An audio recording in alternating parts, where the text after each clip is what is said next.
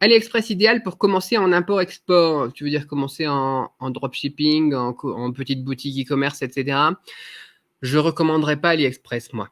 Étant donné qu'AliExpress est une plateforme, une place de marché qui est trop connue maintenant et sur laquelle je peux être vendeur, tu peux être vendeur. Beaucoup de Russes sont vendeurs, beaucoup de Chinois sont vendeurs et ils se prennent une marge. Au final, ils se fournissent. C'est pas les usines qui sont sur AliExpress, c'est des petits vendeurs, des petits commerces, des revendeurs au final, qui se fournissent la plupart du temps soit à l'usine, soit sur 1688.com ou l'application 1688 sur votre smartphone, qui est tout en chinois, qui est les grossistes donc chinois. Et du coup, bah, tu te prends une marge en plus, un service client qui peut être douteux, et ça va coûter plus cher que ça pourrait l'être si tu veux en faire un business. Donc moi, ce que je te recommanderais, l'idéal, c'est de parler chinois, de te faire accompagner de quelqu'un qui parle chinois, tu vois, où tu as la plateforme, la dernière fois on parlait de Droplan, j'en ai fait des vidéos sur mon autre chaîne, DROPLAN, il faut voir ce que ça devient cette plateforme, d'ailleurs, je n'ai pas suivi. J'avais regardé le lancement, c'est un ami qui a lancé ça. Et voilà, tu demandes à quelqu'un qui parle le chinois de t'accompagner pour un agent au final pour le sourcing. Et tu commences avec ça, c'est mieux. Enfin, pourquoi pas commencer avec AliExpress, mais il faut savoir que tu vas payer plus cher que la valeur des produits, tu n'auras pas forcément la meilleure qualité possible, mais pour tester le business, pourquoi pas?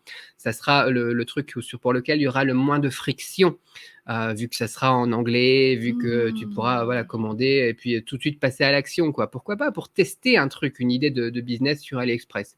好的，我其实 Dis-moi. 想说不一定parce que 他们只是一个零售商，他们不是 commerce。Oui, c'est ça. donc 如果他们零售商，他不一定说就是批发商那里，他不一定会卖给他们，然后他一个一个的这样子买，其实倒腾下来不一定会比 AliExpress 便宜，但是他不要去找个人买。Ouais, AliExpress 就像上次你工作的那个就不是个人，他是 c'est sur Alibaba. AliExpress 的，对，它是一个官方网站，让我们买那个 Ouais, 卡 ouais, 拉， ouais, je 它 vois. 有个自营店，就就是 Ouais, 他们这个阿里巴巴会负责这里面卖的东西， je vois. 那就他不要去找个人，因为他不知道个人怎么样怎么样，他只能去找，比如说某一个大网站阿里巴巴AliExpress， 然后他有一个他直下的，就像什么我们说的旗舰店一样的。 Ouais, des licences en 对 final. 对，他要 Après, 去 tu as des 找那种 revendeurs qui ont 就 des licences. Ça peut être 对 pertinent si sur 对， AliExpress, 不 tu 要去找 retrouves un 个人 vendeur 就 qui 行。 a une licence justement de la marque嗯 qui propose les produits que tu veux acquérir.